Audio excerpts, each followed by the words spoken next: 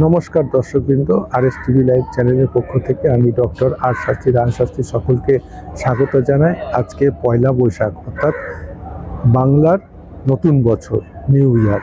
তাই আজকের এই বাংলা শুভ নববর্ষ বা পয়লা বৈশাখে সকল দর্শকবৃন্দকে আমার পক্ষ থেকে এবং আমার চ্যানেলের পক্ষ থেকে প্রীতি শুভেচ্ছা, আন্তরিক অভিনন্দন।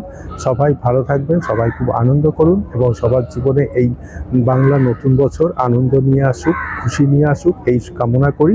এই বলে আজকে আপনাদেরকে আমার পক্ষ থেকে এবং আমার চ্যানেলের পক্ষ থেকে পুনরায় সকলকে প্রীতি শুভেচ্ছা, আন্তরিক অভিনন্দন, নমস্কার, ধন্যবাদ।